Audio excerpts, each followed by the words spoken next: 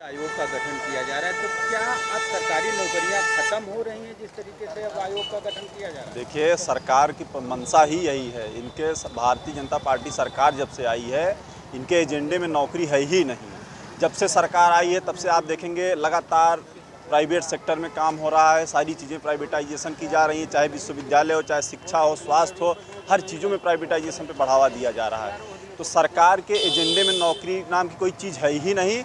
ये सिर्फ एक शगुफा छोड़ा जा रहा है। बच्चों को जो लोगों में रोष है, लोगों में गुस्सा है, इसको सिर्फ शांत करने के लिए, लेकिन इससे लोगों का गुस्सा बिल्कुल शांत होने वाला नहीं है। इससे लोगों में और भी गुस्सा बढ़ेगा। और हम तो ये मांग करते हैं, अगर सरकार ऐसा कोई आयोग अगर गठन करेगी तो हम लोग चाहे पूरे प्रदेश के छात्र, हम लोग छात्रों को इकट्ठा करके और बहुत एक विशाल और भव्य आंदोलन करने का काम करेंगे। तो सरकार को इस फैसले को अपना वापस लेना पड़ेगा। अभी आप हाल में देखे होंगे 2-3 फैसले, जैसे आपके ये स्कूल मर्जर का था और ऐसे तमाम फैसले हुए जिसको सरकार अपने फैसलों को वापस लिया, और इसको भी सरकार को वापस लेना पड़ेगा। ये कतई हम लोग इसको बर्दाश्त नहीं करेंगे और इसका हम लोग विरोध करते हैं। अपना भविष्य कहाँ देख रहे हैं आप लोग? हमारा भविष्य यही तो है। जब पहले था, नौकरियां आती थी, एग्ज़ाम होते थे, परीक्षा होती थी, इंटरव्यू होता था, बच्चों की नियुक्तियां होती थी, रोज़गार मिलता था लोगों को। लेकिन अब ये जो संविदा भर्ती है, आप उसी तरह देख सकते हैं जैसे ये सरकार ने आर्मी भर्ती के लिए वो 4 साल वाला अग्निवीर लाई थी, सिर्फ उसी तरह है। आप बच्चों को भर्ती करेंगे, उसके बाद निकाल के बाहर कर देंगे। उसे उनके भविष्य का कोई वो है ही नहीं, इसलिए कोई मतलब नहीं इस संविदा आयोग का। हम लोग इसका पुरजोर विरोध करते हैं। नवनीत यादव। आयोग के गठन का ऐलान मुख्यमंत्री जी ने किया है, क्या इस नज़रिए देखते हैं क्या सरकारी विभागों में अब वैकेंसी खत्म हो जाएगी? नहीं, विभागों में वैकेंसी ख़त्म नहीं हो जाएगी। सरकार का जैसे एक उसमें एक पारदर्शिता भी रहेगी कि आउटसोर्सिंग जो वैकेंसी होती है ना, कि कैसे कौन लोग आ रहे हैं, इससे एक डाटा रहेगा उन लोगों के पास। नहीं तो जैसे एक कोई भी आ सकता है कि कहाँ से किस रूप में आ रहा है। इससे ऐसा नहीं कि सरकारी नौकरी मिलती रहेंगी, ऐसा नहीं है। लेकिन सरकार, लेकिन हाँ, एक जो प्राइवेट सेक्टर जो था उससे थोड़ा जो आसानी से लोगों को मिल जाती, थोड़ा सा कठिनाई होगी इसमें। तो आयोग का जो ये गठन संविदा पे किया जा रहा है, कितना सही मानते हैं? अब सरकार ने किया होगा तो कुछ सोच के किया होगा, अब तो मुझे नहीं पता। आप भी एक परीक्षार्थी हैं, आप प्रतियोगी परीक्षाओं की तैयारी करते हैं, तो जिस तरीके से सरकारी नौकरियों के लिए आयोग का गठन हुआ था, उसके बाद अब संविदा पे आयोग का गठन हो गया। नहीं, जैसे प्रतियोगी छात्र के लिए एक समस्या रहा है सरकारी नौकरी के लिए, तो अगर उनकी मंशा अगर ऐसे सभी क्षेत्रों में है तो ये सोचने की विषय है। बाकी तो अब जो भी काम हो रहा है वो सबके सामने ही है। नाम बता। मेरा नाम सचिन सिंह है। संविदा के लिए भी एक आयोग का गठन कर दिया गया है। अपने भविष्य को लेकर क्या देखते हैं कि क्या सरकारी नौकरियां खत्म हो रही हैं? जी बिल्कुल। जैसे कि सरकार जो है सरकार जो सरकारी कर्मचारी हैं उनका आयोग बना हुआ है, तो संविदा कर्मियों का आयोग बनाने के, तो मैं चाहता हूँ ठीक है बना, लेकिन ये गलत हो रहा है। क्योंकि उनको एक मतलब बैसाखी पकड़ाई जा रही है कि 3 साल संविदा पे करा करके उनको एक बैसाखी दी जा रही है कि जो लोग सपना देखते थे कि हम 60 साल तक अपने जो है लाइफ सिक्योर रहेगी, जो है उनकी नौकरी करेंगे, एक बूढ़े माँ बाप के लिए सहारा बनेंगे, वो उनका सपना ख़त्म हो रहा है। और कहीं ना कहीं ये सरकार का जो है तानाशाही है जो कि संविदा कर्मियों को बढ़ावा दे रही है। इसको मैं चाहता हूँ इसको सरकारी जो है सरकारी किया जाए। नाम बताइए। धर्मराज। संविदा पर भी एक नए आयोग का गठन किया जाएगा, तो क्या कहना है आपका?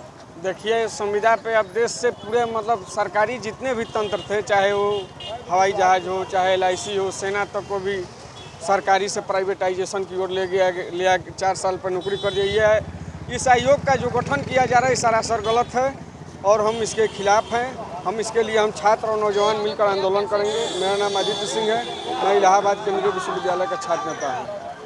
की भर्ती के लिए एक नए आयोग के गठन का ऐलान किया गया है मुख्यमंत्री द्वारा। क्या आप सरकारी नौकरियां खत्म होने के कगार पे क्या देखते हैं? सरकारी नौकरियां बिल्कुल खत्म होने के कगार पे हैं। आपने बात की संविदा आयोग की, तो कहावत है, अंधा बाटे रेवड़ी फिर अपने दे, वही हाल है। आप संविदा पे नौकरी देंगे 3 साल के लिए। एक तो उत्तर प्रदेश में रोजगार बहुत कम है, बेरोजगारी दर बहुत ज़्यादा है। अब संविदा के आने से रोजगार दर और घट जाएगा। जो 3 साल नौकरी करने के बाद उनका कोई भविष्य नहीं है। कोई रोड पे ठेला लगाएगा, कोई और कुछ करेगा, अपने जीविका का साधन खोजने में असमर्थ हो जाएगा। जो लोग 10 लाख 20 लाख दे के पढ़ रहे हैं, बड़े बड़े कोर्स कर रहे हैं, उनका कुछ भविष्य ही नहीं बचेगा इसके बाद।